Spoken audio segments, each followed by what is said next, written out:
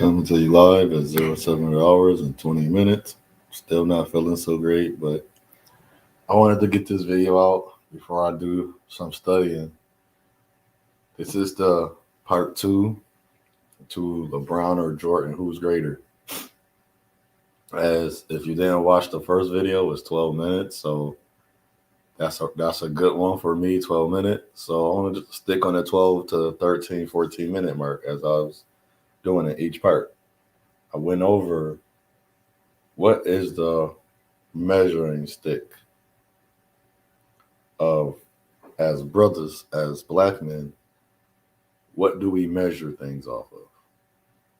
Is it based on what other people say, or is it based on how we dictate and re-narrate what are we measuring things off of? And I can say we don't do that. Majority of our measuring stick is based on a societal measuring stick. Because as I said and went over, and I said, not a demand or command, that are we using points, rebound, assists, and steals, or are we using the same time these two players played together? And those are measuring sticks. One of them is possible, but the one player is not playing no more. But you still have to grade him in time and grade when he played. And the other one is not possible because they played in different eras. But at the same time, we have other great black men that was way better than these two black men at that sport. Not so much they was better than them as men at that sport, that have records and achievements that these two don't even have. So is that our logic of understanding, or is that something we're trying to do in comparison to diminish, degrade, or belittle, or take away from what one done and what the other done? And I learned we are very good at that. And if you look at relationships, we are very good at diminishing one relationship compared to another relationship. Because as we see in both of these gentlemen's career, one of them went to different teams and we diminished that, but the other one stayed with the team. But even though with that team, he still had reasons that wasn't so hot and that wasn't so great. There was years, there was events, there were situations. So today I want to talk about, we use the points, rebounds, and assists. If you know their stats, you can look it up at, is it basketball or NBAreference.com. So in this one, I want to talk about accolades, accomplishments, and rewards. Well, everything you receive is based upon how you play each season. So what the people in the box have to sit down and look at people's numbers.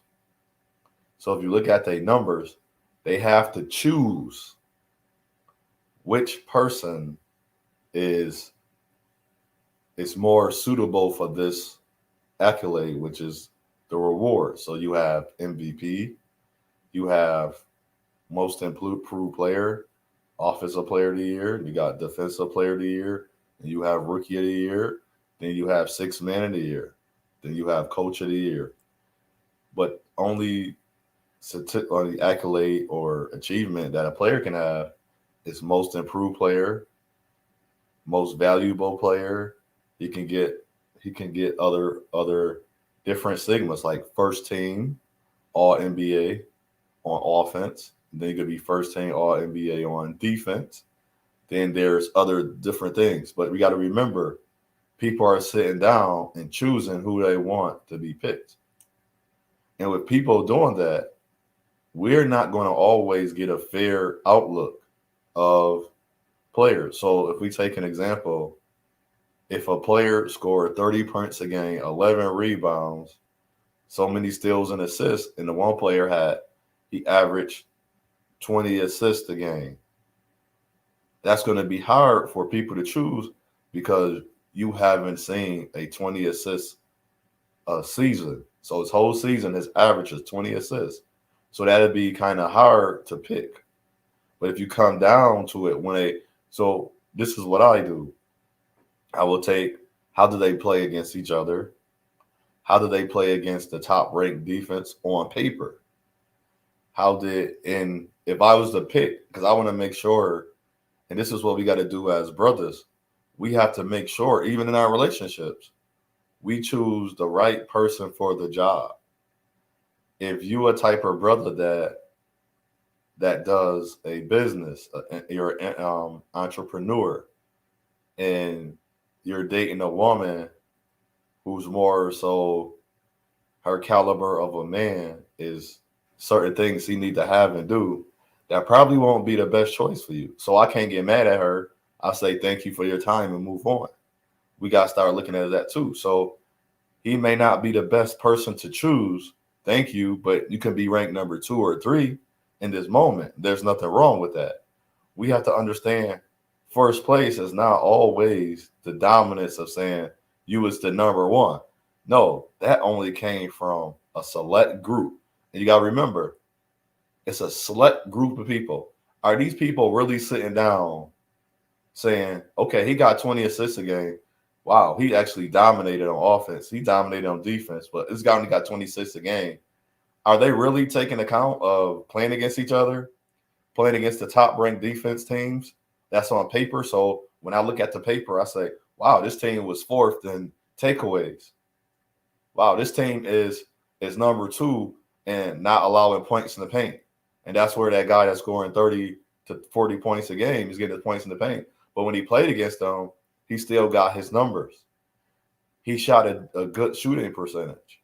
And when that guy averaged 20 assists a game, was this guy right here, did he get 20 assists or was it forced?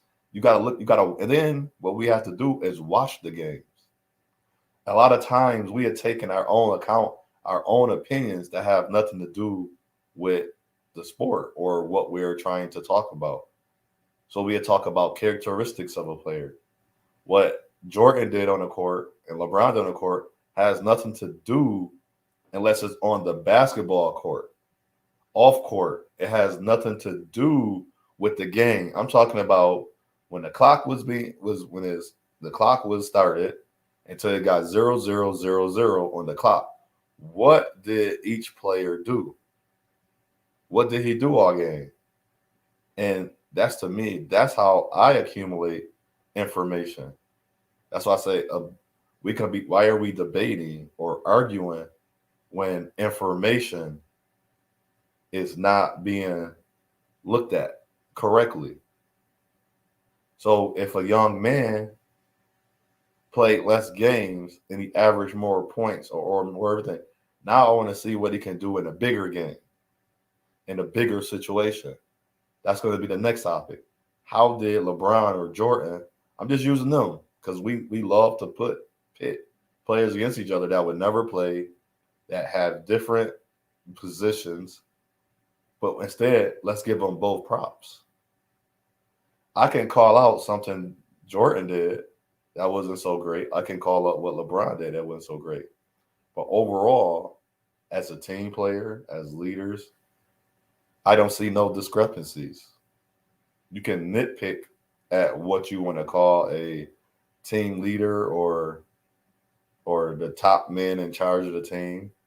Jordan led his team. LeBron led his team. I'm not going to nitpick that. Now, if you're the type of person that, now I can see if we're born in the same environment, but you chose a different path, that's not so great. I don't have to beat you and down you. If I know that I didn't become the product and I have an opportunity or chance in my environment, I would want to talk to you or talk to them brothers or them young men so they can see that there is more than just one path to reach. So these two brothers showed us there's more than one path to reach the NBA finals or to get an NBA championship.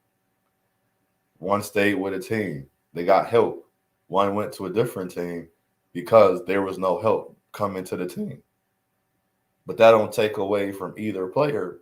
Now, the other player went to those teams and just sat back and allowed the other players on the team to take over, then I can understand why you say, well, he's not great. But he went to the team, he fit right in, and no matter what, he was a better player than the other players per se, and he fitted in with the team. He made the team more exciting. The team got better. He led them to a championship. They won. So I can't diminish that. But also at the same time, I'm not going to nitpick on their ways. Because if you think about a relationship, I'm not going to nitpick how this brother got married versus how this brother got married. He met a woman that was a go-getter. He met a woman that supported him more. So the go-getter versus to support him more. That don't mean the one that was supporting him more wasn't a go-getter, but she understood that as the family dynamic, I had to be more supportive. And she wasn't faking. Neither woman, the go-getter woman, that don't mean she was less womanly, because that's what he needed from her. But what you would need from somebody. So when the one player, he needed from his teammates, he got it. And the other player went to a different team, he needed from his teammates, and he finally got it then. We have to understand that. So as I say, we should start thinking about this. We should stop trying to nitpick, find discrepancies that diminish, belittle, devalue, and degrade one black man over another. Now, if he's doing wrong, he definitely deserves the criticism. If he's not helping his community, he definitely deserves to be called out. But if this man is doing all he can do, don't matter how we do it, we shouldn't have no words or disagreements amongst those two men. So for me, this is part 2. I didn't get to now. The next part is going to be about players in other eras.